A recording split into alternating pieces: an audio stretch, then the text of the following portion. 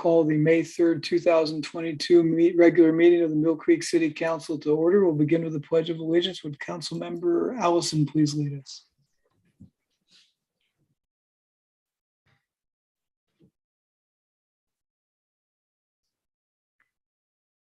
To the flag of the United States of America. This Councilmember Allison. I couldn't. We can't hear. Yeah, we could not hear that. The audio Should have turned the mic on. Sorry about that. there. We can hear you now. She sounded really good. Really good. Cool. Okay, and Naomi, roll call, please. Mayor Holtzclaw, Here. Mayor Pro Tem Pennell, Here. Councilmember Bond, Councilmember Cavallari, Councilmember Steckler, Here. Councilmember Allison, Here. Councilmember Duque. Here. Councilmember Bond is attending to some personal matters tonight, and Councilmember Cavallari ended up being out of state. So can we have a motion to excuse Councilmembers Bond and Cavallari? Motion to excuse council members Bond and Cavallari. Second. All those in favor, please say aye. Aye. Aye. Any opposed?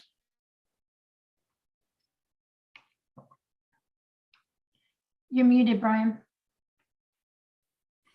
Who keeps muting me? Start with those in the audience. I cannot see, so I understand there's one or two people in the audience. Do either of them care to address the council this evening? If so, please come to the podium and give your name, address, and try to limit your comments to 3 minutes if you would. Okay, thank you for having me. My name is Rita Miller.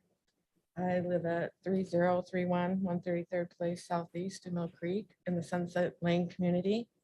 And I'm representing my neighborhood and asking for the council for help on removing a homeless camp in our green space. And the green space is between the Thomas Lake Shopping Mall and our resident areas. And so this has been a continuing problem. Activity has increased, noise has increased. We have one neighbor who can literally see this homeless camp from their family room. So we're asking for your help and in addressing this issue and coming up with a solution to remove this camp. And on a second note is that the fence that's dividing Thomas Lake Shopping Mall and this camp, that fence belongs to the property owner of Thomas Lake Shopping Mall, not our neighborhood. So we've had issues with them before, many years ago, where they had to replace several sections of the fence. And their solution was to put up the chain link fence. And, you know, it's not reasonable. So thank you for your time. And I really our neighborhood would really like some suggestions on how to remove this camp. Thank you for your comments. Martin and Chief White, I assume you will follow up on this, please. Yes, we will, Mayor. Does anyone else that is in the audience want to address the council this evening? Go ahead, step to the microphone, please. Name and address. Yep. My name is David Chan. I live in 1421 South Lake Stingley Drive in Linwood.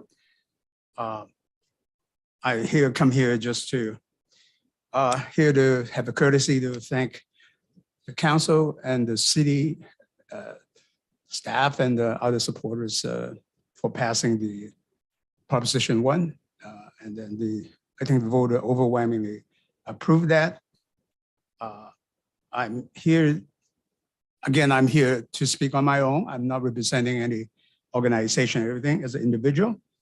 I think the city has been served well by the server or the 5667 for all this time, has a high level of service. As one commissioner of the upcoming South County Fire, I want to make sure this high level service is being maintained. And I'm just grateful with everybody. And I looking forward to working with the city to provide the best service. We have the fire and EMS service. Thank you, everybody. Thank you, Mr. Chan. Thank you. Is that everyone in the audience? Okay, I saw Martin nod his head. Yes. Is there anyone online who would like to address the council this evening? Going once, twice, 3 times. There'll be another opportunity at the end of the meeting. I believe, I don't have the agenda in front of me, Naomi, is the next item the proclamation for the Music for Life Month? That's correct. Okay. I will read that proclamation now. Whereas the benefits of participation in instrumental music at any age can last a lifetime. And whereas music education is an integral part of a well-rounded education that prepares students for success in life by teaching teamwork and discipline. And whereas musical education helps facilitate learning in other subjects and enhances children's lives and skills. And whereas the cost of owning or renting an instrument is a barrier preventing students from low-income families from participating in instrumental music. And whereas many adults have lovingly used musical instruments stored in their garages or attics that they no longer use. And whereas Music for Life is a nonprofit organization that repaired and provided ready-to-play musical instruments to participating public schools for use by students in need since 2007. And whereas Music for Life has provided approximately 300 musical instruments to children in Everett Public Schools, including 40 to those who attending Jackson High School and Heatherwood Middle School in Mill Creek. Now, therefore, I, Brian Holtzclaw, the mayor of the city of Mill Creek, on behalf of the city council, do hereby recognize the great work of Music for Life and designate the month of May as Music for Life Month.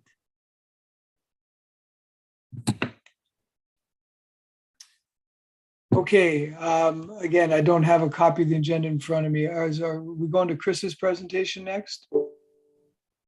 Okay, we welcome Chris Collier, and I'm going to turn it over to Martin to make the introduction. Thank you, Mary. And I'm going to continue and forward it to our director, Todd, to tee it off for us. Thank you.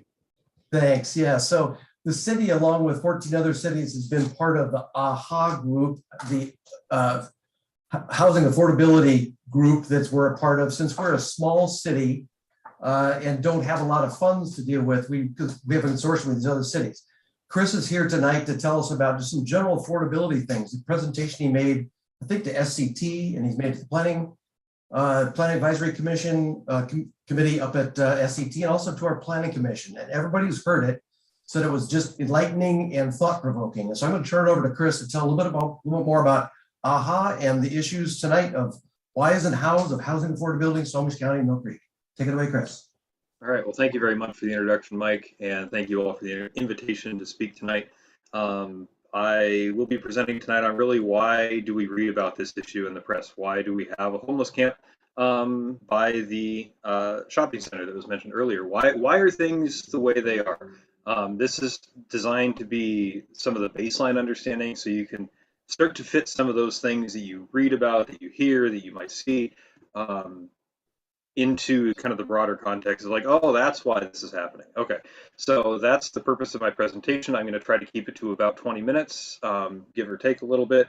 Feel free to interrupt with questions. I welcome any and all of them, and I'll stay here as long as you guys want me to stay for questions. So with that, I'll start sharing my screen. And I have all of you up here on my second screen, so I might not see hands waving around to try and interrupt me, so please feel free to just jump in anytime. So with that, I'll get to a perspective of Snohomish County's housing. The quick background on what the Alliance for Housing Affordability is just a multi-jurisdictional collaborative. It's a cost-sharing agreement between all its member jurisdictions, which is Mill Creek and most cities and towns in Snohomish County, except Briar, Darrington, Gold Bar, Sultan, and Index. It includes the Housing Authority, who's my day-to-day employer, make sure that I show up to work and be productive every day. The collaboration's purpose is to provide its membership with data and analytics, technical expertise, and outreach to its members and its communities to assist the members and community in understanding the housing affordability shortage, like I said at the top. My goal is to support you in understanding this so that as appropriate for Mill Creek and the community that you're a part of and your neighboring jurisdictions, you can respond as you need to. So again, please feel free to reach out, ask questions, learn more.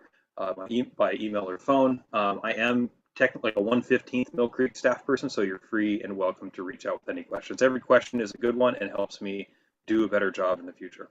So with that, I will get to what is a pretty numbers heavy presentation, and this will be provided to you as a PDF after the presentation. So getting right to it, year by year, this is how I like to start looking at the issue. How many more homes did we build than new households were established in a given year? So this green bar is that difference. In 2003, we built, according to OFM, Snohomish County built 1,106 more housing units than households were established. So that's a surplus. Every year that green bar is positive, we're building a surplus. Now, those 1,100 units that went unsold or unrented in 2003 didn't get demolished in 2004. They added to a surplus. So if you start counting at 2000 at zero, we have this healthy looking surplus of 6,422 units surplus from 2000 to 2003. And we continue to have that through the recession until 2015, 2016, 17, 18. Something really dramatic happens where we run out of any surplus of housing we have in Snohomish County, down to a truly low number in 2019 that we really haven't recovered from by 2021. We're really within margin of error territory of how many surplus housing units we have in Snohomish County relative to new households. Now, Economics 101 says if what you have is a scarcity of a good, the price is going to go up. And the good in this case is housing. And here is that price increasing. This is the median sale price for a single-family detached home adjusted for inflation in Snohomish County. And I want to stress that anytime you see a dollar value in this presentation, it is always adjusted for inflation to 2022 dollar values. So this is where it starts. This is the sale price for a median or a single-family detached home in Snohomish County. That makes up 70–80% of all home sales is single-family detached. Now, most households don't pay all cash, or at least they didn't in the past. And so I started looking at, well, what do you need as a household to obtain bank financing to make a home loan or purchase a home with a bank loan? Oops, that animation's all messed up. Give me just a second to fix that. I apologize. Oh, don't look at that desktop. That's a mess. So I apologize. What in the world happened? Let me bring that to the front. Excuse me. Okay, let me try that again. That'll teach me to fiddle with my presentation while I'm in the waiting room. So let's see if that fixed it. Nope, it didn't. I apologize. I won't waste your time with figuring that out, but what I can tell you is that the required income for this single-family detached home is $158,000. If you assume a loan of 3.5% interest, a 30-year term, 10% down, 26% debt to income, that means that no more than 26% of household debt goes to your monthly mortgage payments based on real property tax and insurance figures for the assessed value of the home. The Snohomish County households need to have a median income of $158,000 to afford that median home. So there are households that make less, there are households that make more, but I'm looking at the median, right? Smack in the middle. The problem that we have is that the median household in Snohomish County actually makes $93,000 a year. So let me repeat that since it's not on screen. And again, this will be fixed in the PDF I send out to you. The required median household income in Snohomish County is $158,000. The real median household income for 2020 is $93,000. Now, what you'll see again in the PDF is that these two figures didn't always have such separation between them. Using these loan terms, they were actually very close together in the year 2000. And again, that's all adjusted for inflation. It is new that the median household in Snohomish County cannot afford the median single-family detached home. Now, what happens as the median household struggles to afford that home purchase is they'll look at townhomes and condominiums. If they're not able to make that jump, they'll look at renting. And so due to this stock shortage, we see this is the rental market. This is the average rent for Snohomish County from 2000 to 2021.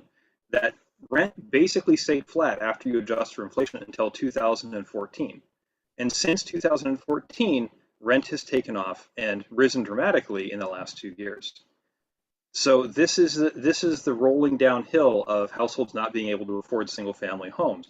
And 2021 is getting to be a while ago. And so I went and looked at apartments.com and reviewed all of the listings on March 7th, 2022. The average advertised rent for an apartment in Snohomish County, studio, 1-bed, 2-bed, or 3-bedroom apartment on March 7th, 2022 was $2,080 a month. Now that's the advertised rent, not the actual contracted rent. So it's related but slightly separate, but this is where we're headed. So rent is taking off. It's really heading for the moon. And so let's look a little more deeply at what I've, with a technical glitch, presented to you. Oh, there it is. That's handy. Geez, I don't know what happened. I apologize. I am so sorry for that glitch. This will all be fixed in the PDF. Setting that glitch aside, let's look city by city, who can buy where and how much it costs you. City of Edmonds, the median sale price for a single-family detached home in the city of Edmonds for 2021 is $878,000. Townhomes and condos are $455,000. Over the city on the map on the left, you will see the required income for those two home products given the same loan terms I mentioned on the previous slide, 3.5% interest, 30-year term, so on and so forth. So that's what it takes to play in Edmonds at the median. City of Linwood, a little more affordable. Mount Lake Terrace, Mill Creek. Now, this is interesting. Mill Creek, this is for all of 2021. When I was looking at this data for the summer of 2021, Mill Creek exceeded $1 million. So that is, I anticipate that Mill Creek will be back there once they get Q1 for 2022 of home sale prices. That you will be the first city in Snohomish County history to break $1 million median sale price for a single family detached home. City of Mukilteo, City of Everett, Lake Stevens, and Snohomish. So this first half is the this is the sale price and the required income. And the thing that you'll notice right off the top is that no place in Southwest Snohomish County, Bothell is no exception, they're not a member of the Alliance, I forgot to mention, and they're not on here for space. But no city in Southwest Snohomish County sells for less than $550, single family detached home. Townhomes and condominiums are a little more affordable. The required income might be looking high. But so let's compare that against actual occupations, not specific people's wages, but the occupations and what they pay. So I took the Bureau of Labor Statistics Puget Sound region occupational and wage data, and I'm comparing it against that. So I think that's appropriate because if you are if you work in King County and you're not able to live there, you're probably going to look in Snohomish or Pierce counties first for a place to live. So let's say, and we're looking at 25th percentile, 50th, and 75th. So you can get a range of, this is what this occupation makes at different stages of their career. As a physicist in the 25th percentile makes $108,000 a year. 75th percentile heading towards retirement is $182,000. Now remember, these required income calculations don't include student loans. A physicist is not able to buy on a single income, a single family detached home in Snohomish, Mill Creek, Mukilteo, Linwood, Edmonds, or Mount Lake Terrace in 2021. Emergency Management Director and Administrative Law Judge. And that's one that I put in there, not because there's a lot of administrative law judges or judges generally, but because imagine if you called your parents or your kids called you and said, Mom, Dad, I'm a judge. I have been appointed as a judge. I imagine your first response would be, that's amazing. And your ship has come in, the world is your oyster, you can live it wherever you want. But the reality is that that's no longer the case. The administrative law judge is not able to buy anything except a townhome or condominium in Southwest Snohomish County. So King County is just right off the table. An audiologist, which I include as a reminder to myself and to the audience that we need a lot of specialty occupations to make society run. If you ever need to see an audiologist, this is where they'll probably live if they're new to the area. And we might say, well, that's fine. There's 5 places for an audiologist to live. It is fine until we remember that those 5 cities represent 802 townhomes or condominiums in the entirety of 2021. That is the count of actual townhomes and condos that sold. Meanwhile, there are 435 people employed in an occupation in the region that pays in the $99,000 to $69,000 a year range at the median. The point being, there's a mismatch. A lot of those people already own a home, but for those that don't, they're looking for those 802 units. That's where competition is coming from. So I got really grumpy when I made this slide and started looking at what is the highest median wage occupation in the Puget Sound region. The answer is a dentist. The occupation of dentistry that is recorded. So some occupations the Bureau does not track, and so I don't have data for those. But what is recorded is a dentist is the highest median wage occupation in Snohomish County. Next is nurse anesthetists, internal medicine physicians are not able to buy in Mill Creek. And by the time that I get Q1 data for 2022, probably Edmonds as well. And so the point that I'm making here is that the issue of housing affordability truly reaches to the very tops of society. If you are a rock star lawyer or executive, you might not face this, but in terms of advising someone what occupation should you go into, the answer is be a dentist and have supplementary income. Marry someone with income as well, invest well, have an inheritance, something. Because if you're coming out of college as a dentist, this is your reality, is that two places at the median, this isn't 25th percentile or beginning wage, this is right out of the gate. This is your reality. And think about how this rolls downhill to everyone that society depends on, from city staff to ferry workers to construction labor to industrial trades that I'll touch on later. I'm looking at the very top. So that is Southwest Snohomish County in a nutshell. How much have things changed? Looking at the median sale price of single-family detached homes by city, you see the cities across the bottom, Snohomish County on the far left, Mill Creek fifth in from the right. How much did the price change in 5-year groups? 2000 to 2004. In Mill Creek, the price changed by a little over 10%.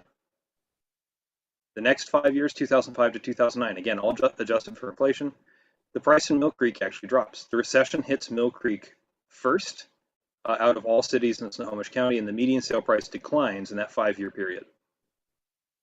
The next 5 years, Mill Creek is recovered just by a hair, basically no change, while the rest of the county gets shellacked by the recession.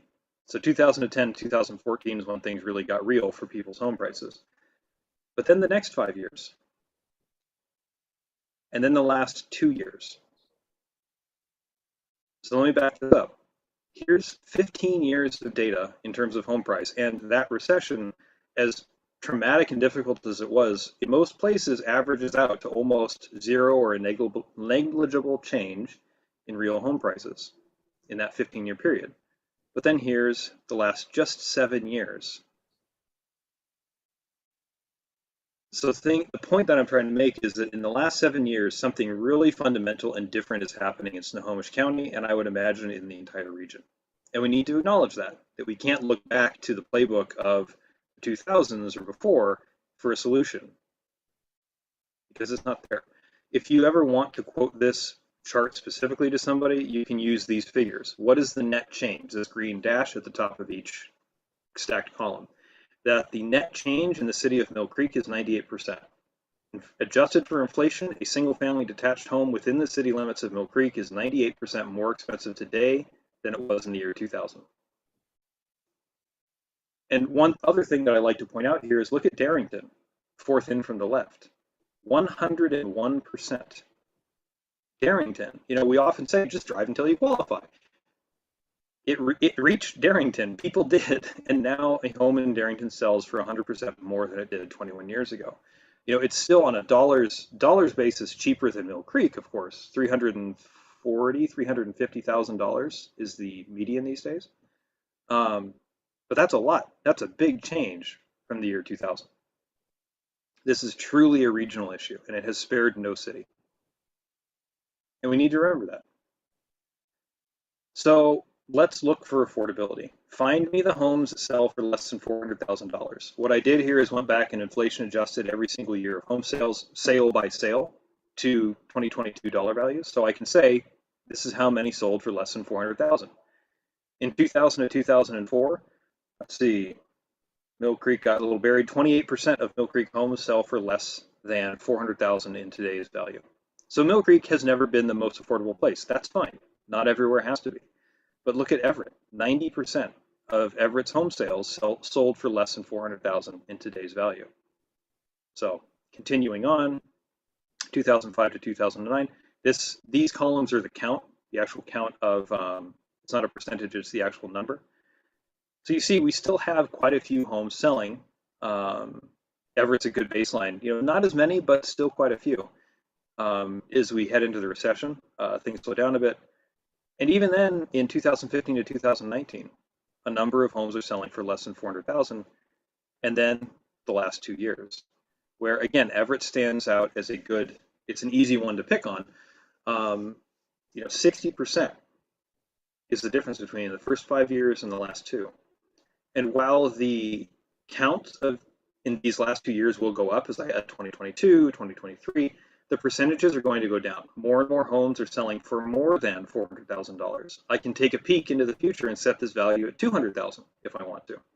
And by 2018, Snohomish County basically has no $200,000 home sales. Your thing of the Chris, I think Councilmember Allison has a question. Oh, go ahead. Oh, sorry, I saw a hand up. Inadvertent hand raise. Sorry about that. Okay. Thank you for the question anyway. The point here is that, let's look for anything. This is single family townhomes and condos, by the way. So a bit of an apples to oranges between this and the last graph.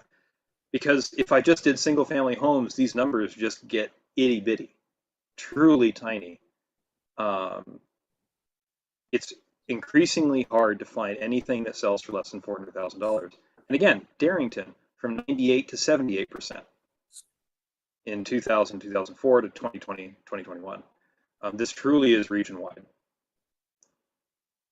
So let's combine income. Something I've talked about so far is single income occupations and households. And that's fine. We will have that discussion with the acknowledgement that 25 to 34-year-olds are living with a spouse at a rate of less than half compared to 1968. This is nationwide, so it's not Snohomish County or Washington State or anything. And it's not explained by living with a partner. Boyfriend, girlfriend, all but spouse. Younger people are trying to live independently for longer. This is the 25 to 34-year-old age group. Now, looking at all American households, you see that both the number and percentage of single occupant households is rising across America. So whether it's a senior household, or a younger household, or somewhere in between, we have to acknowledge that there are a growing number of single income households. But we will look at combining incomes in Snohomish County. So across the bottom, this is the required income given the same loan terms for as many cities as I could fit on the table without hurting your eyes. This is for single family homes, townhomes, and condominiums, just combined. Let's combine incomes. So we have from the Bureau of Labor Statistics, police, and sheriffs. This is Snohomish, King, and Pierce County. And this is another benefit to the Bureau's data that they have this. Employment Security will not report police and sheriffs and firefighters median wages because you can start to say, hey, that's my department. That gets to be a problem. So I know that overtime is a bit of a challenge with police and fire. So let's look at architects. The median wage, not the rock star architects, but the median wage for that occupation is about $83,000. Accountants, there's a lot of rich ones, but there's even more beginning accountants. Middle school teachers, carpenters, curators, travel agents, down to your waiters, waitresses, cashiers, and baristas. And because the industrial trades are really critical to Snohomish County, I included some of those occupations as well. Sheet metal, heavy equipment mechanics, machinists, welders, and so on. So let's play matchmaker. This is something where instead of trying to make up my own pairings myself, let's do that together. Floral designer and a travel agent, with their combined median income of $95,000, are looking at buying a house in Darrington or Gold Bar. Or a sheet metal worker and a security guard, $109,000, $110,000, Darrington, Gold Bar, Granite Falls, Sultan. That's where combined income gets you. And the point that I'm trying to make here is that combined income can get a lot of households over the hump, but for a growing number, it doesn't work. It's just not feasible. Even if you do combine incomes, home ownership is still out of reach. So it is a valid question to ask, but it does only get households so far. So let's try renting. Rent, as I showed at the top, has increased by 53% from 2000 to 2021. Meanwhile, income from 2000 to 2020 has risen by 8%. Compared to 2019, so 2019 to 2020, and adjusting for inflation, income actually fell in Snohomish County. So you don't have to take my word for it that rents are going up. This Everett Herald article, it is a live link and it will be in the PDF. It's from last fall. And it's about a Lake Stevens renter household who saw their rent go up by $475 a month. And economically, they were evicted from their apartment. If you rent, the advertised county average is $2,080 a month on March 7th, like I mentioned at the top. What I didn't mention is that I also know the average square footage of those listed rentals. And so, with a little bit of division, I can tell you that the average rent is $2.50 a square foot per month average in Snohomish County. That's the advertised rent. Now, knowing the sale price and the square footage of the sold home, I can also tell you that if you bought a home, a single family detached home in 2021, you're paying $2 a square foot. And that's actually a typo. That's $1.80 a square foot. So the point that I'm making here is that you are paying more per square foot as a renter for something that you don't get the equity out of when you sell it. If you're putting money in on a home mortgage, you can sell that home and you can get that money back. You might even make some money because prices are going up. No, the question of where are you going to live next is, of course, an issue, but you still get that money back. And renters are paying more for something they don't get that money out of. Similarly, the Housing Authority of Snohomish County that I work inside, so I get to take a little peek at what they're doing.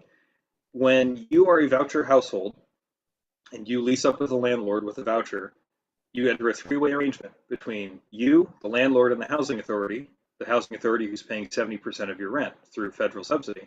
So when the rent goes up, HASCO needs to know. The landlord has to tell HASCO and the client of the tenant. So HASCO has seen an average requested rent increase of $152 a month on their voucher clients. And 12% of those requests are for over $300 a month, supporting that Everett Herald article above. So to close the loop on renting, 38% of the region's workforce cannot afford to pay over $11.50 a month in rent. If they do, they will become cost burdened. Cost burdened is when you pay more than 30% of your monthly take home to your living expenses, rent, utilities, insurance, renter, home ownership, or what have you. So 38% of the region's workforce is looking for something in the $11.50 a month range.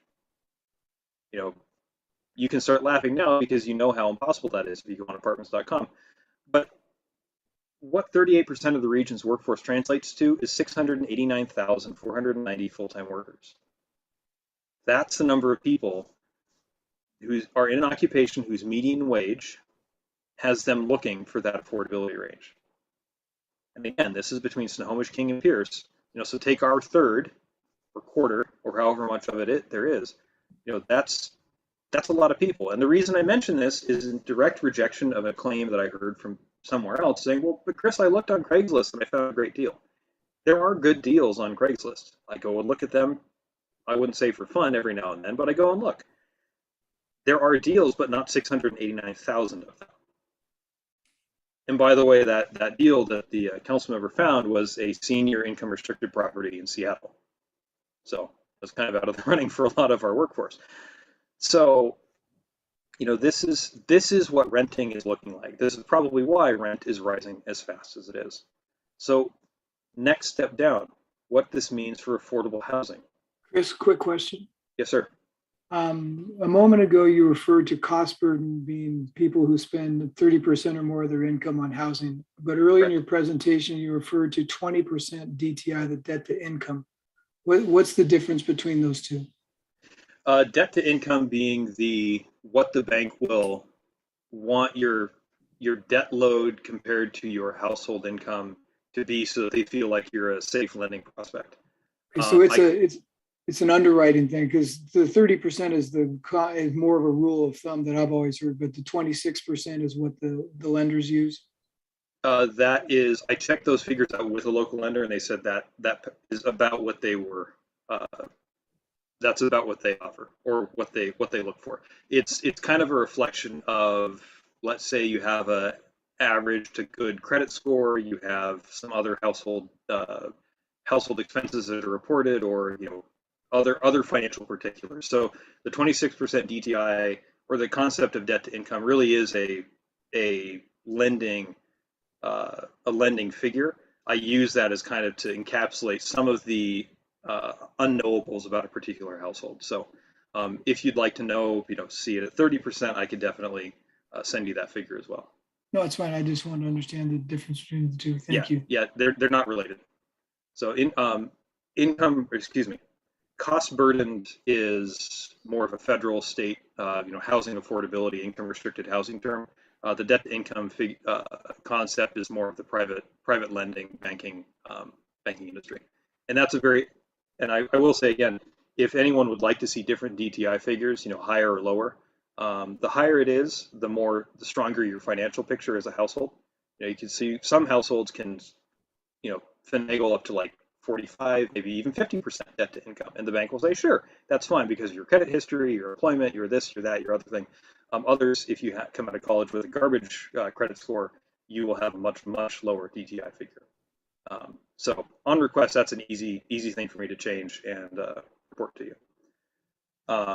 So in this case, we're looking at paying no more than 30% of your income to rent. After that, if you're a renter, if you have other financial responsibilities, you'll start to make those hard choices. That's what the 30% figure is for income cost burden, excuse me.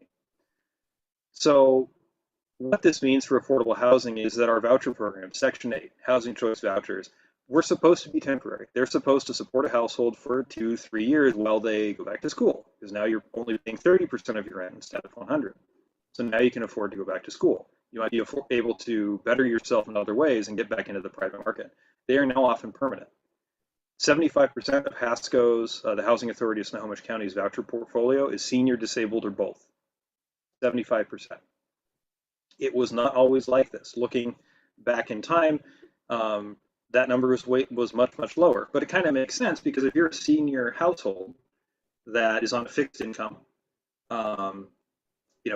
once you get that voucher, you are probably never going to leave the program. There is no way that a fixed income senior household is going to increase their income enough to keep up with the rental market.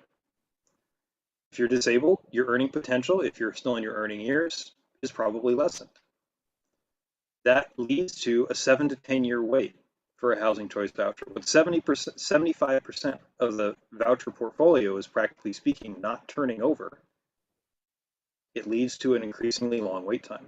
If you call the Housing Authority, this is what they'll tell you tomorrow, is that the wait is 7 to 10 years, depending on the program you're looking at. And once you get to the front of that line after 7 to 10 years, it now takes you approximately 62 days on average to successfully lease up with your voucher. It used to take 55 days 2 years prior in 2019, the first half of that year. What that means is, as a new voucher recipient, congratulations, now you've got a problem. You have 90 days to use that voucher somewhere to enter into a rental contract before that voucher is taken from you for not being utilized. Because after all, if you're just going to sit on it, if you're not going to do anything with it, that's going to be recycled to someone who might. And that is probably part of the reason that the success rate of leasing up with a voucher is down by 4% in that same time frame. So once you wait 7 to 10 years, you got your voucher, that's great. There's a 20% chance that you will not successfully use it. A big part of that is because it's really hard, increasingly hard, to find an apartment that meets HUD's cost guidelines. A studio can rent for no more than $1,500 a month, for example. So what this means for affordable housing, I promise this is the last bit of numbers that I have to throw at you. I was asked by HASCO to figure out how many very low income households we have, or qualifying households we have in Snohomish County. I defined that in this case as a very low income household. That means you have 3 people in the household, whether it's adults, 1 adult or 2 kids, or 2 adults and 1 kid, HUD doesn't care, making $55,350 a year or less. That is the standard in 2019 for a very low income household in Snohomish County. There are an estimated 77,000 of them, again, 2019. The Housing Authority of Snohomish County, between their voucher portfolio and income restricted units that they own or are affiliated with, can support 6,242 of those households, or 8% of the county total. The Everett Housing Authority, covering just the city of Everett, covers 5%. Income restricted units that are not affiliated with either housing authority covers another 14%. And that's it. That's all we have. What it means is we're leaving the remaining 73% of our very low income households in 2019, pre-pandemic, to figure it out. Whether it is doubling up, living in a car, paying 60, 70, 80% of their household income to rent every month, they've got to figure it out because there is no assistance for them.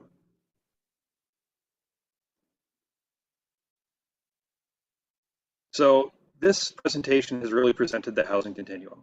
On one side, I started with homeownership on the far right, and I've worked downhill from there, trying to lay out how the lack of homeownership options and opportunities that is putting homeownership further and further out of reach has had this downstream effect in market rate rental housing, rent restricted housing, income-based and supportive housing, and homelessness. That is the output of all of this, is rising levels of homelessness. You could think of it as a Newton's cradle, that we continue to hit on the home ownership side. We continue to do that, and it just passes right through the system, one household at a time, until somebody falls off the end.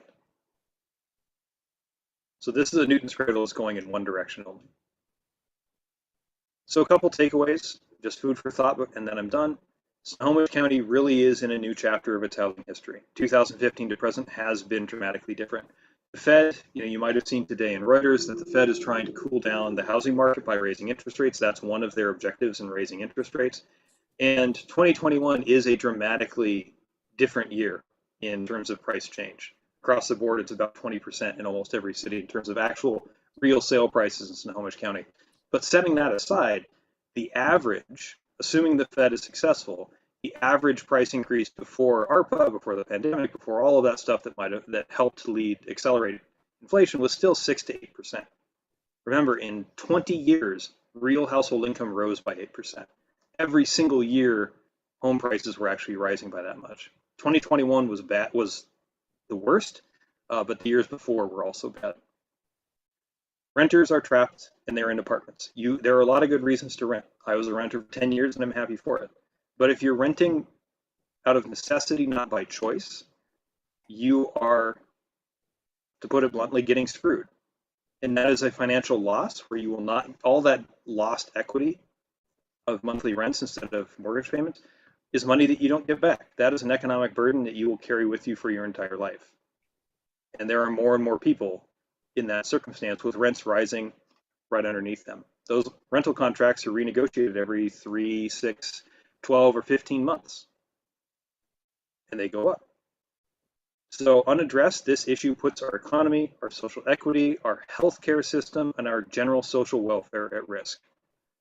If you go get Starbucks, where do your baristas live? If you take the ferry boats, which I do every now and then when I make a mistake, and I get trapped on one boat service at Edmonds because there are not enough people to run the ferry boats if someone got sick with COVID. That's why, because ferry workers, newly hired deckhands make about $43,000 a year on the ferries. This is something that puts every aspect of our society at risk. How can you improve healthcare if that's your particular issue? How can you improve healthcare if outpatient care is being delivered under a bridge or in a tent? How can you improve education when there isn't a stable home to go back to, when both mom and dad are working 2 jobs just to try and make rent? On and on. How can you encourage the entrepreneurial spirit when your workers, this is the reality for your workforce that you'd like to hire? Social programs are critical. I hope nothing in this presentation gives you the belief that I'm trying to say that we should take money away from social programs. That is critical triage for households that are suffering. However, programs like Section 8, income restricted housing, homeless recovery and treatment, and so on, are one facet of a problem that is much, much larger. And we need to address all elements of it to truly be successful. And if you only put money into homeless recovery, you're going to end up like Seattle. Maybe we are already, where Seattle has dumped millions into that issue, but not really addressed the root causes of this issue.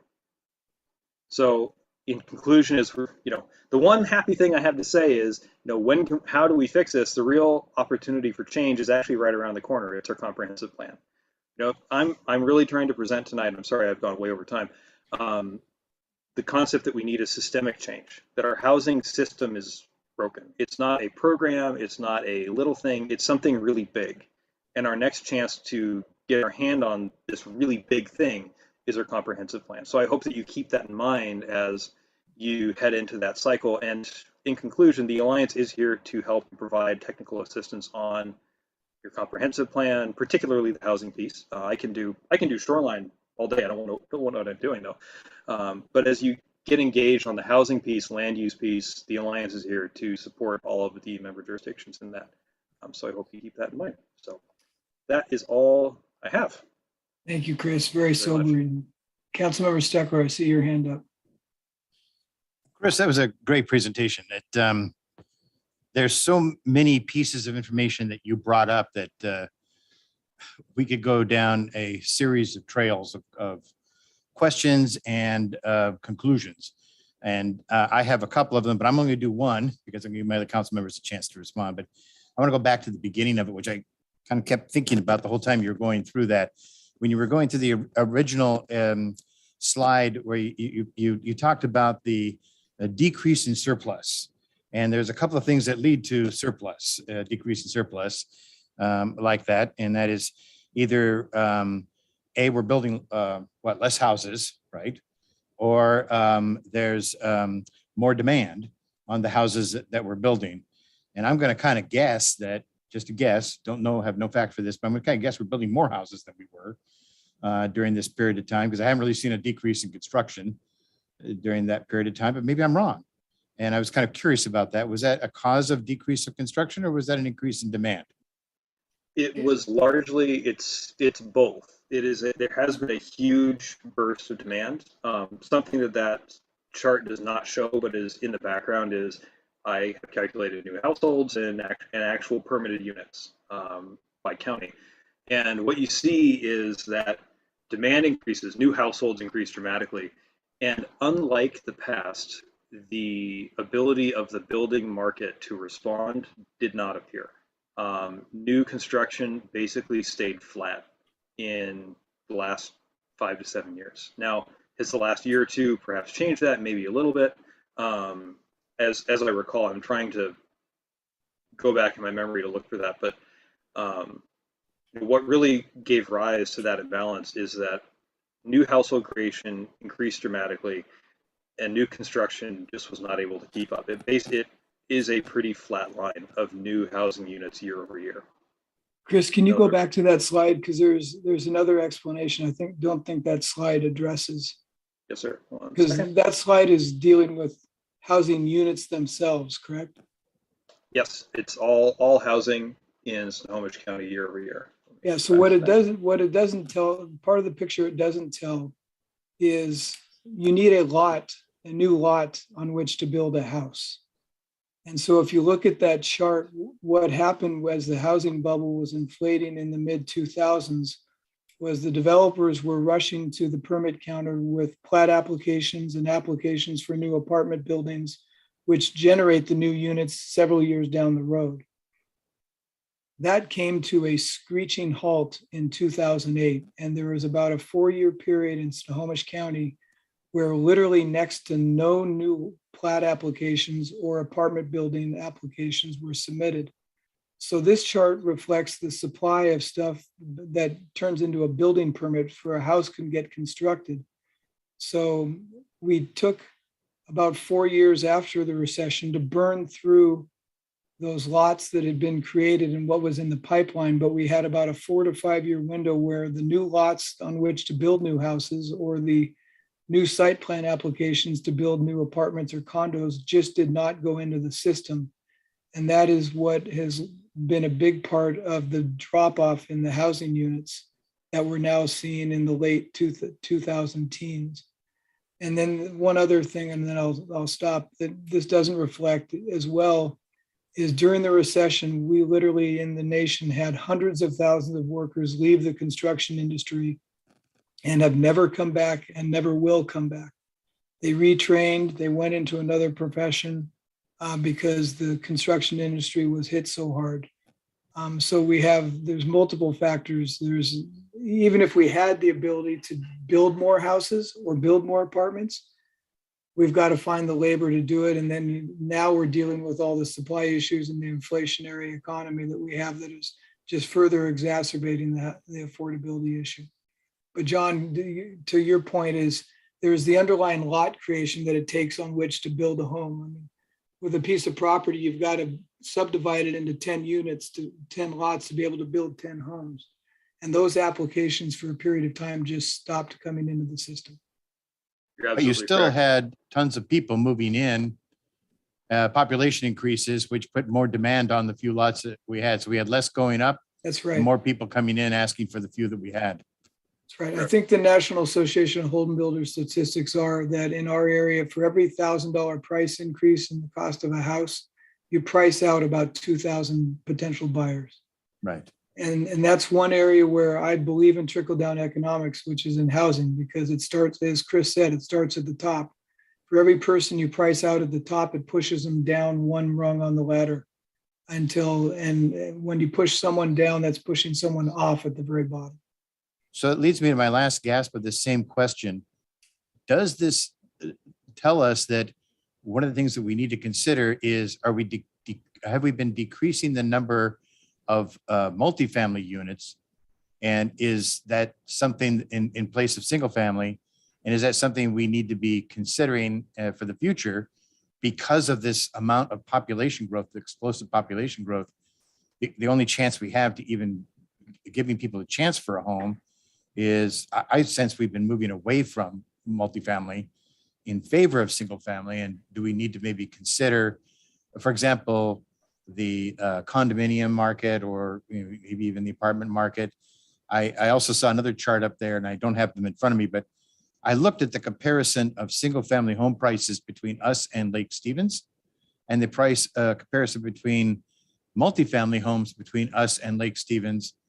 And it was interesting that a average price of $900 for single family versus $600 for a single family in Lake Stevens.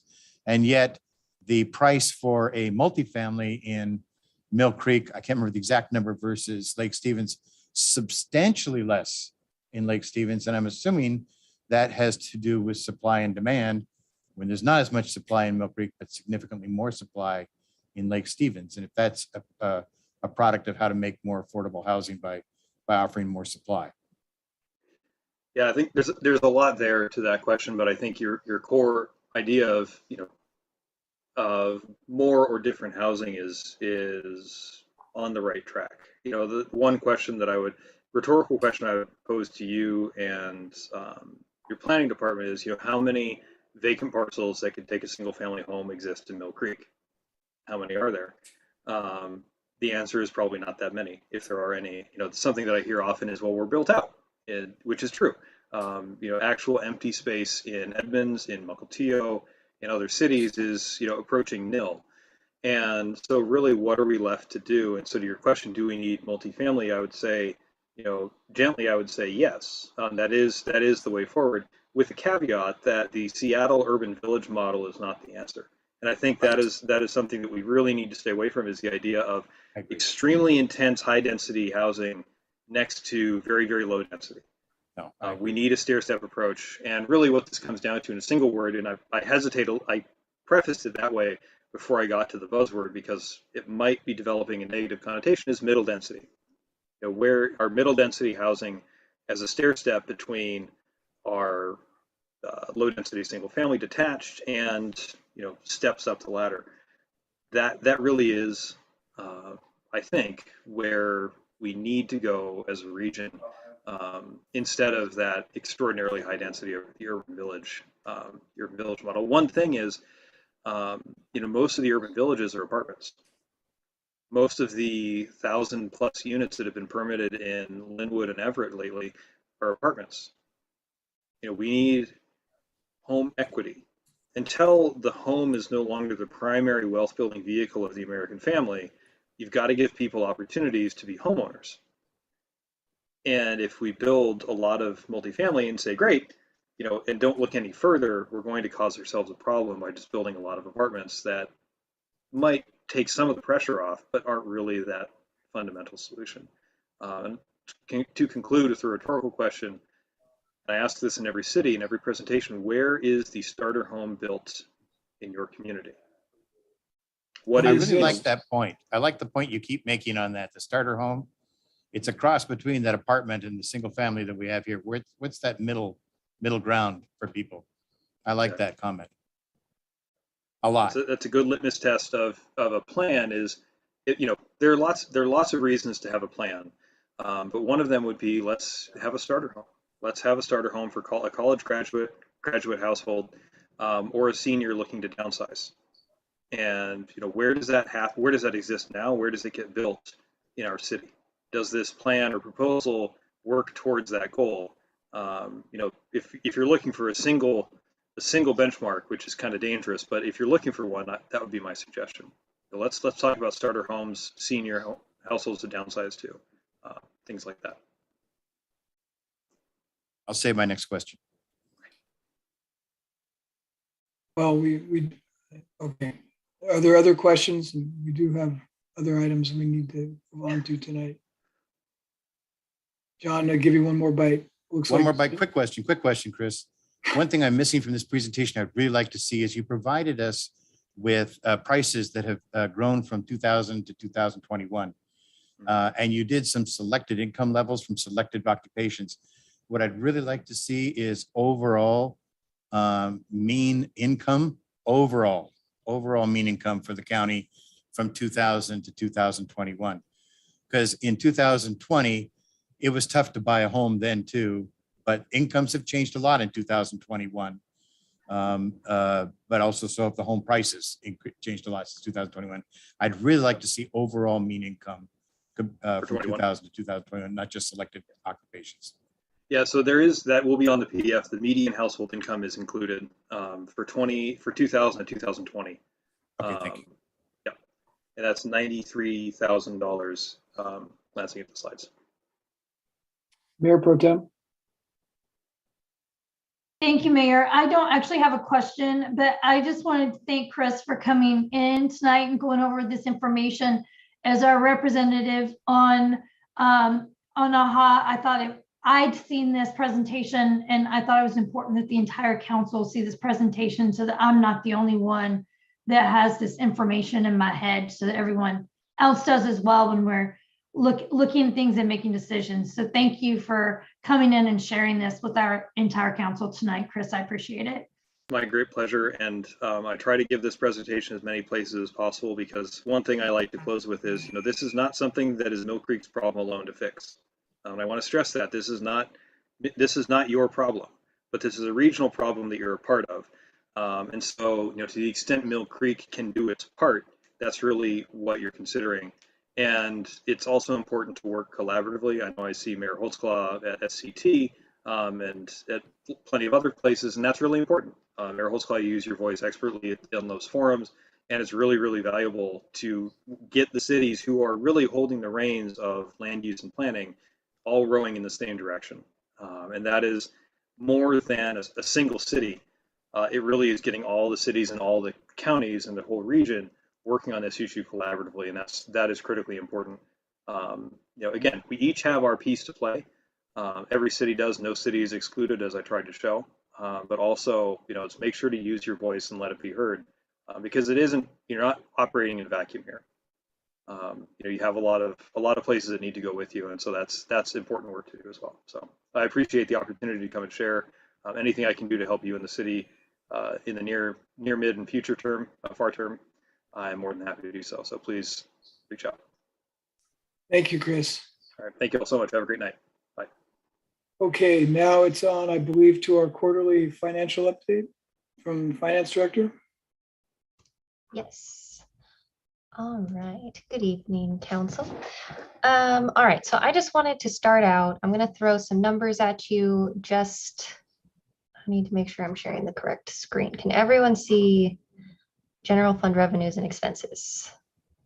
Yes. Okay. So I know there's been some concern over, we have the consumer prices that have gone up by about 8.6% year over year. We have annualized numbers across the board. We have Washington salaries that have gone up about 7.7%. And I know there are a lot of people that are concerned about a possible recession. We've talked about, how are we going to afford these different expenses? So when we look at where the nation is, where Washington is, where the city is, the GDP is a good report card for the nation. So right now, we use the GDP as a basis for how we're doing. So how are these businesses going to pay for these, the different expenses that are going up, the salaries that are going up?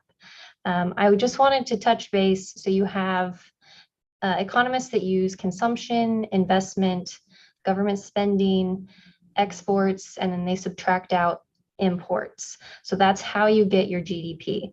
So this first quarter, they've said the GDP was down 1.4%. But if you really start digging into the numbers, we're not off as bad as most people are thinking.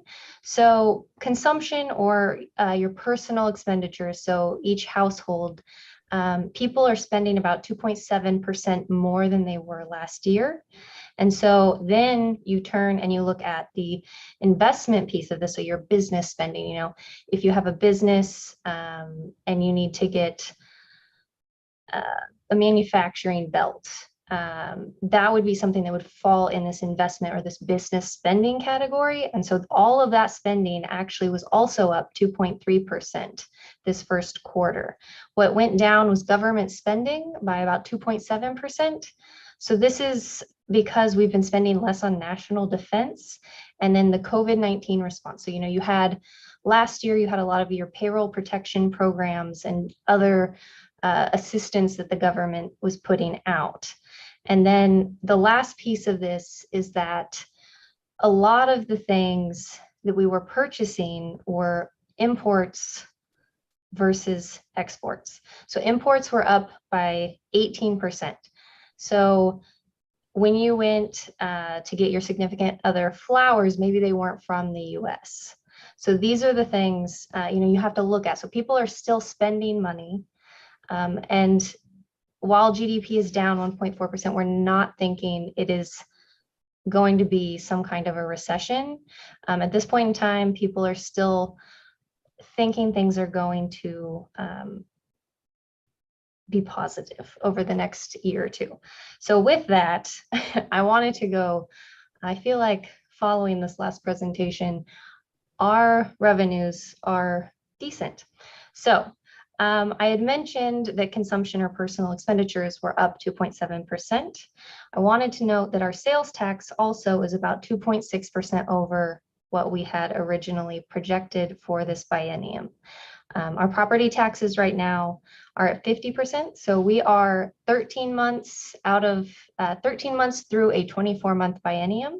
So we should be seeing that our revenues and expenses are hitting somewhere around 62.5% of the budget. At this point in time, we do know property taxes come in twice a year. They come in May and they come in November. So we do have 50%. That's right where we want to be sitting for property taxes. In this next quarter, we'll be sitting right at 75%, and our property taxes should reflect that. I did want to pull up on sales tax, just one more thing. I was just going to hit the fund summaries first, and if anyone has additional questions, we can hit those after. So our largest sales tax pieces, so there is a dollar amount and then there's a percentage amount. So I would say we'll start with our dollar change was 33,107. So this is our biggest change right here in accommodation and food services. So this is going to be an additional lodging and different meal and beverage preparation. So this is going to be something, as we move out of COVID, this number is going to start increasing. From there, I would say the second largest would be the arts, entertainment, and recreation. Again, we're moving out of COVID. People are starting to go spend more money on events, getting out of their house. I wanted to hit the professional, scientific, and technical services. So that's one of our next largest sales tax increases. So this is going to be any kind of legal advice, accounting, bookkeeping, architectural engineering, computer services, advertising, translating services, your veterinarian, that kind of thing. Manufacturing, we had a 51.7% increase. This is any kind of new products that are made. I wanted to throw out this information line. I feel like that is kind of vague. So that's going to be any kind of anything that produces information. So you're talking software publishing, traditional publishing. So overall, we are looking good on sales tax, and property taxes are below, but we are expecting those to be right on target. Grants are over right now, just because we have received some additional funding. So we have, let me pull this up real quick. We have the Mill Creek Boulevard grant, a law enforcement grant, and CARES funding. So this CARES funding was actually from the previous year. It just, the revenue hit in 2022. From there, you have passports and recreation closed in 2021. So that would be why your charges for services are below that 62.5%. And then you can see we have fines that are down. So you're talking civil infractions. This is unpredictable income. It can vary based on different traffic unit schedules. And lastly, we have the miscellaneous category. So this is going to be where any kind of annual payment that we receive falls. So you're talking our stormwater loan revenue and the different cell tower leases. So those are annual numbers. So that is why that number is so high. Okay, so we're going to run through expenditures. And from here, a lot of these, the top three, so you've got legislative, the city manager, and finance. You're talking, these are all slightly below budget just because, we haven't been going to conferences and different trainings. We have the audit that is fairly expensive. That's going to be hitting that finance line. Your communications and marketing is down. That's related to COVID.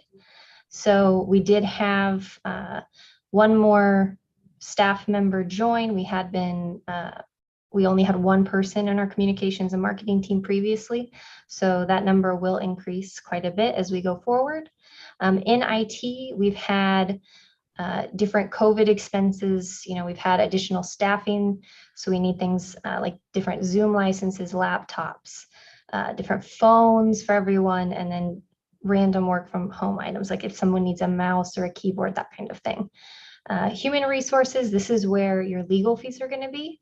So we do know that we did have more litigation, more legal fees in this last year. So in 2021, we do know that as we move forward, these are going to be decreasing because, we've moved past the litigation. We're getting closer to closing out the Guild CBA, AFSCME CBA we finished recently. And then we also know there was a lot of legal expense in relation to our different COVID outbreaks, the different risk mitigation, when we wanted to be one of the first cities to have the public be able to come to our meetings. And we were one of the first hybrid meetings in the state. So with that, I'm just gonna hit, just because we do have some new council members, I wanted to just highlight some of these different funds. So you have your general fund that has all the different departments, and then we have different special revenue funds. So our city streets fund, everything is looking good. We have our fuel tax. We're at 60.1% for revenue. Fuel tax, we have a larger quarterly payment, so I'm not real worried about that. We have street and curb permits that are seasonal. Our higher revenue is usually in March through August. Expense-wise, a lot of our capital projects are not complete yet. So in streets specifically, we have our TIV Complete Streets. That's a large project. So that's going to be decreasing that expense amount just because that isn't finished yet. Also, we did hire an additional maintenance worker, so that salary will be partially hitting in this fund. As far as our council contingency, we don't have a lot of activity here. Most of that revenue is just going to be interest. I do have, if we look at the municipal arts, as far as expenses go, we did have a conversation about right now in the municipal arts, our expenses, we have the historical preservation project. So those expenses hit there. And then we have the utility box project that was roughly, I think it was $7,000, just over that. I do believe the utility box should be moved to council contingency. Just was one of the last budget meetings we had discussed. So that will be moving and we won't be over budget on that municipal arts expense line. I did want to note the revenues on the municipal arts are actually at 8.74%. I had incorrectly had 87.4 there. Earlier today, I noticed that.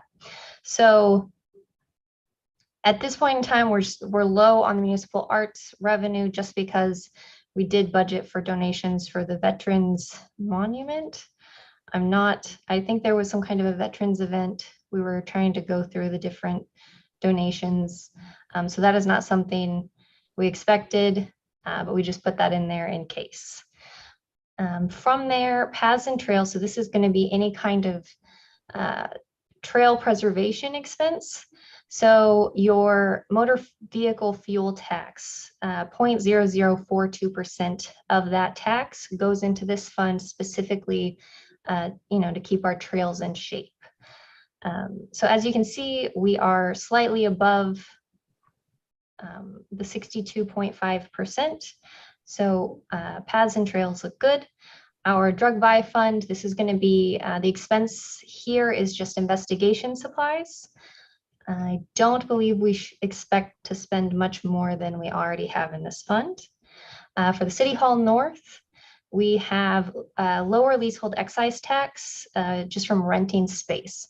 So this is an in and out. So we bring that in and then we pay that out. So I'm not concerned that that is below budget. For our expenses. Well, I think you need to scroll a little bit, please. Oh, yes. Sorry about that. Stephanie, did you have a question or is your hand still up? Yeah, thank you. Thank you. Am I muted still? No. Okay, it was telling me I was muted, but I'm unmuted. Director Brock, I do have a question that I think the council needed to really formally decide, because I went back up because I had the question about the $10,000 and whether or not it should be, we had said to move it from the council contingency because I didn't remember us agreeing to do so. And I looked, and Councilmember Cavallari did recommend that it was an option that we could do that, but then we didn't actually say anything. So I just want to make sure that the council wants us to move that to the council contingency fund. That's all, since it was kind of vaguely mentioned and then it seemed like nobody said anything. We'll need to have that discussion when Councilmember Cavallari and Bond are back with us. Okay, thank you. And that is an easy fix, so we can move that or not based on what you guys decide. Okay. All right, so From here, City Hall North. Right now, we do have lower expenses just because we have not done a transfer to our CIP for the HVAC, for the roof HVAC, and it's roughly 160,000. From here, you have debt service fund. So this is just going to be a fund that is an in and out straight just for your bond debt. So this looks good. And then we have the LRF fund, and this is going to be funding from the state for revitalization areas. This is something I'm going to be discussing with you soon. This is going to be funding that's used for the payment of bonds for financing improvement areas. So we'll touch on that in the next meeting or two. So when we move, so these are going to be all of your capital project funds. So you have your REIT fund that typically, this is going to be where all of your, not all, but the majority of your funding for a lot of your different capital projects comes from. So you have the REIT that then goes into either your capital improvement fund, your parks capital fund, or your roads fund. So a lot of these do have really low expenses just because we've had low staffing that was available to work on these different projects. COVID stopped a lot of our capital expenses. Right now, there's timing and seasonal things. You've got to have the right season to complete capital work outdoors. So I did want to note that our REIT tax is coming in really, really well. So for the REIT, the state actually has receipts that are 24.4% higher than projections. And we are at 26.4% higher than we had originally projected. And that is mainly because there was a larger farm property that sold. So it switched hands. Anytime that happens, we're going to get that tax. And so that's going to come and it's going to sit in this fund until we decide how we want to distribute that funding, what kind of capital project you want that to go for. As you can see, we don't have any expenses in this account yet, just because we haven't done the transfers. Typically, we do this at the end of the year. So it could be done quarterly, it could be done biannually. It's just with staffing levels right now, we typically have seen it hit at the end of the year over the last 2 or 3 years. For your capital improvement fund, so this is going to be all of your capital improvements that aren't related to either parks or an open space or roads. So this is going to be your buildings. Here, again, we haven't done a lot of the transfers. So your revenues are down. These will increase. That's not something to worry about. Expenses are higher in this fund just because of the transfer. So we did do the transfer out of the capital improvement fund for the bond funding. It was 3.2 million. So that went out of your capital improvement fund and went back into the stormwater because that is where that bond funding for the debt service is going. For parks and capital, parks and open space capital, we have mitigation fees that are coming in, and then we have transfers and grants. So we have not received a lot of this grant funding. So we've gotten the okay. We've had the county say, you're going to get this funding. The state say, hey, you're going to get this grant, but the revenue has not hit yet. So that is why our budget is higher and we're only at 10.8%. And then we also have not done those transfers. For those expenses in the park and open space, that is almost all DRCC related. For the road improvement, again, for revenues in this, you're talking grants, mitigation fees, and then the transfers from REIT. And again, these are not done yet. So that difference will be made up with that REIT transfer that's done. And then the 6% expense, you can't even see that. I am really sorry. Okay, so the 6% expense is related to your pavement preservation, the Seattle Hill Road project, and then your Mill Creek Boulevard project. from here, we move into our enterprise fund. And this is just going to be surface water. We have grants that were received and our charges for service. So we do get that from the county. So we're looking good here. We are over just because of the grants as far as revenues go. And then as far as expenses, we have salaries that are going to be increasing. So we did hire our stormwater engineer. And then we do have the pipe repair project. It is a pretty large project that we're not seeing those expenses hit yet. So that is why that number is so low right now. And then lastly, we have internal service funds. So this is going to be the funds that we are purchasing our large equipment out of. So we have done 50% of our transfers. So these transfers come from your general fund, from your surface water, all of your different accounts. We're putting money, any kind of depreciation into this fund so that there's not as big of a burden on your budget, you know, in 5-10 years when you say, hey, I need a new vehicle. The majority of that expense will hit on into this account. And then that way you're only seeing between 10 and 100,000 max hitting one of your other funds. So it is common to see the majority of a large vehicle purchase or a large capital purchase come out of this fund. And then we make up the difference, whether it's like police or public works out of a different account. And we have received the go ahead to purchase everything. So we do have, you know, the public works vehicle and all of the police vehicles, but the expense is not going to hit for the police vehicles until those vehicles are delivered. So the expenses in our equipment replacement are going to look low, but they are called for at this time. And with that, I can take any questions anyone has. If there was anything in the packet that you wanted to go over that I didn't touch base on, I'm happy to answer any questions.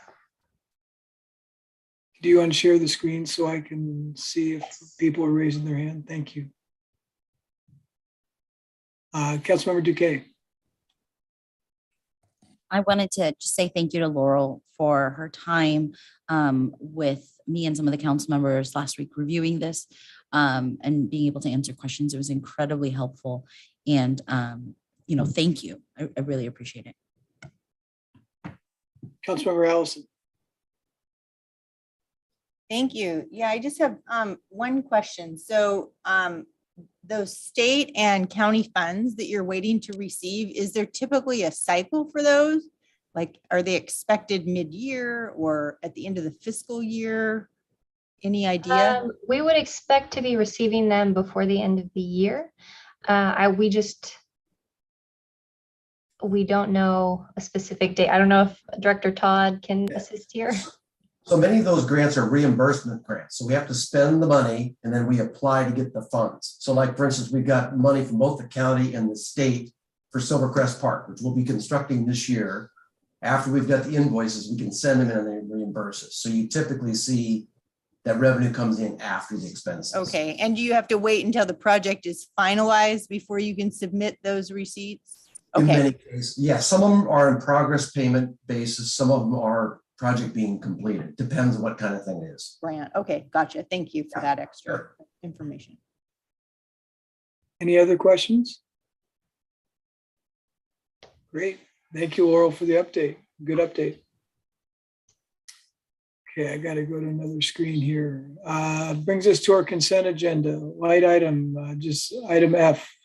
Council meeting minutes of April 12th, 2022 and February 22nd, 2022. Do we have a motion to approve the consent agenda? Motion to approve? Second. All those in favor, please say aye. Aye. Aye. All those opposed? Any abstentions? Consent agenda is approved 5-0. I did not have any report tonight from Pullman. Mayor Pro Tem, any report from you? No report, Mayor. Thank you. Going down, Councilmember Steckler. I do have a report. I have a couple quick things. First of all, a happy report, Bart. I want to remind everybody that the City of Mill Creek and the Kiwanis Club of Mill Creek is having their free electronic recycling event this weekend on Mother's Day. Please, everyone, grab your mother and any old electronics you have in celebration of Mother's Day and bring her down to City Hall North between 10 a.m. and 2 p.m. in celebration of Mother's Day, and donate free your old electronics to be recycled. I'm sure your mother would really enjoy the event, and it's a good thing to share with your mother and to celebrate the future of our earth. I think it's a great thing to do. And that way you won't forget what day this is, but that will be between 10 a.m. and 2 p.m. at City Hall North. It's a great event. It's well attended. Please pass it on to all of your friends and anyone else. It's a wonderful, wonderful thing. The other report I have is I was contacted earlier this week by the Advisory Committee for the Mill Creek Senior Center. They had a number of concerns and complaints that they had shared with their contact at the North Shore Senior Center. Their contact is a gentleman by the name of Corey Lowell. And for our new council members, the North Shore Senior Center is the service provider the city is contracted with to run our senior center. They run all the other North End senior centers. And the advisory committee asked me to meet with them and Corey to discuss these concerns. But their main concern, where they all came down to, is that there's been a lot of staffing changes here at the city. And actually, they've had a couple there with North Shore. And Corey has been trying to reach someone here at the city, and his contact person is gone. And he has reached out on a couple of our general service lines and has not received any communication back. So I've got both his contact information, Martin, as well as the contact information. I met also with he and the new CEO, Nathan Phillips, for North Shore. And they have asked if we could please assign an individual here at the city to work with North Shore as their new contact. And I said, definitely we can do that. And once you have done that, if you would just copy me, I will follow up with the advisory committee. As I told them, I would follow up with them and make sure that it got done. But just overall, it was a good meeting. Some opportunities also for us to maybe add some additional services at our senior center. They asked me at the same time to meet with them. I met with them at the Bothell Senior Center, which is a very impressive facility. Not only was a very large senior center, I found out it's the largest senior center in the state of Washington. And they have virtually every service you could possibly think of in a senior center. So it was a great experience to see what they're doing and some additional services that we might be able to add at our own senior center. So very good meeting, and I think a good opportunity for us to establish some relationships with North Shore, as both of these individuals are new with North Shore and we have some new individuals here. So good meeting overall. That's it. Councilmember Allison, any report tonight? Yeah, there was a WRIA 8 implementation committee meeting today. I wasn't able to attend the whole meeting. There's some draft letters in work right now by that committee to go to the Salmon Recovery Funding Board. There was some talk about some of the regulations along some of the lakes that are within that, the 3 watersheds that covers. It's all about lighting, reducing the unnatural light that is on docks and that sort of thing. So nothing's finalized. They're in the middle of some surveys that they're sending out to some folks. So not a whole lot of product yet. So kind of things in work. That's all. Councilmember Duque, any report tonight? Yes, I just wanted to let everyone know I will be attending the Parks and Rec Board meeting tomorrow on behalf of Councilmember Cavallari. And I'm, of course, as a former member, always excited to attend the Parks Board. They've actually reached out to me about a couple projects that they've been working on. So I'll have a hopefully a much more fuller report about all the incredible things that they've been working on. Thank you. Thank you. Acting City Manager, any reports tonight? I do not have any reports, and staff didn't have any reports either. Thank you, Mayor. Okay. Brings us to audience communication to close out the meeting. Mr. Nelson was quick to the trigger. Would you like to address the council? Will, name and address?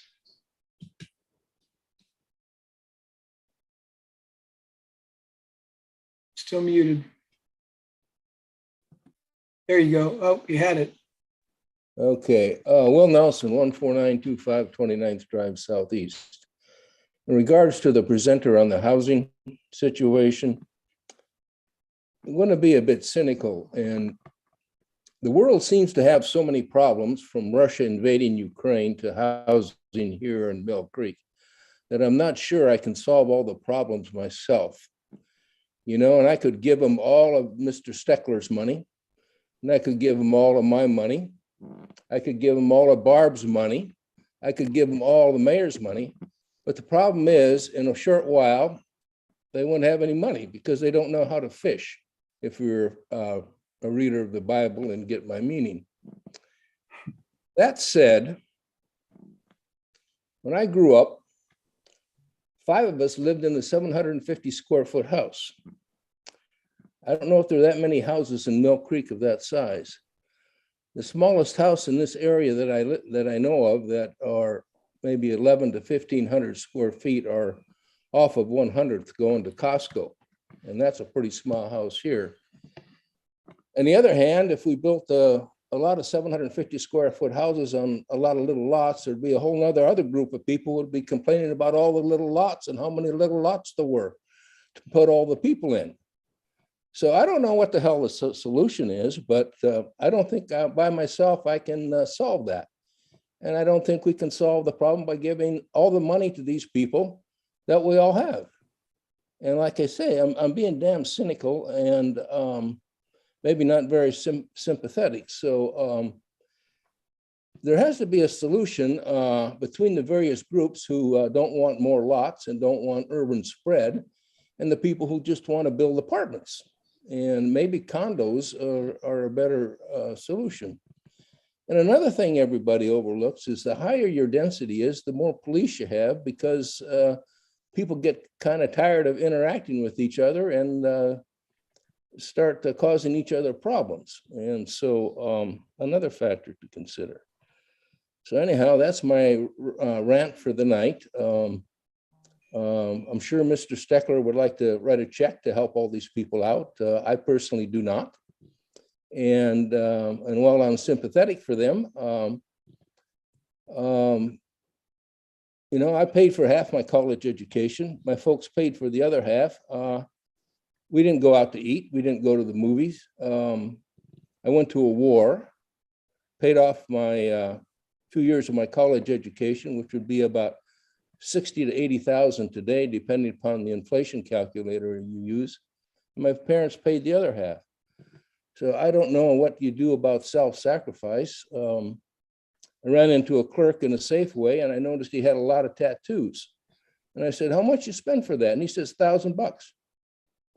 Well, you know, why am I obligated to help anybody who spends $1,000 on tattoos who makes $17 an hour? End of my rant. Thank you. Anyone else like to address the council this evening? Sean, name and address. Sean Paddock, 15617 30th Drive Southeast. Hey, I also had a comment on Chris Collier's presentation. We were fortunate enough to have Mr. Collier present at the most recent Planning Commission meeting, and excuse me, I found it to be super informative and powerful, and actually shared the deck with a few folks. And like I said, as a Planning Commission member, I felt like it was pretty compelling, but even more so really as a father of 3 young women who are looking for their starter homes, who have good, well-paying jobs in the area. As the son of some aging parents, would very much like to be able to relocate in a, what did he call it? I can't remember what Chris called it, but basically be able to relocate locally so that we could be closer to them to help take care of them in their old age and whatnot. And to me, it was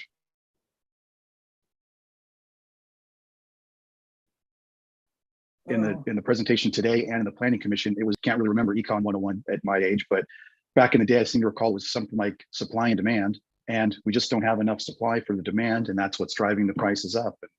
It's not a matter of giving people money. It's a matter of giving people an opportunity to buy a home that they can afford in the neighborhood that they would like to live in. And in the past, our city, our leaders were super successful in creating an environment where there was housing availability by being thoughtful and strategic and creative in the land use policies that created a very high value proposition for families to want to move here, families of varied means, not just families that could afford 7-figure homes. And I think that's why people sought out Mill Creek. And I've heard a number of times in this meeting that we actually today have about 46, 47% multifamily housing today. And we don't look like Linwood. We don't feel like Linwood. We feel like a well-planned community for a diverse population. And I think we have the opportunity as a community to make some of those same forward-looking decisions for ourselves by proactively taking advantage of very limited options to be able to increase housing availability, by also being proactive and thoughtful about where and how we want to enable this to happen. But I feel like we're going to need to do that soon, because there's a lot of rumbling in Olympia about doing it for us or for other cities. And if we can get ahead of this, I think we can continue to create an environment that we all want to live in, that our families want to live in. Thanks for my rant. Thank you, Sean. Anyone else like to address the council? With that, we'll be adjourned to our meeting a week from tonight on May 10th. So we'll be adjourned at 7:36. Thank you, everyone.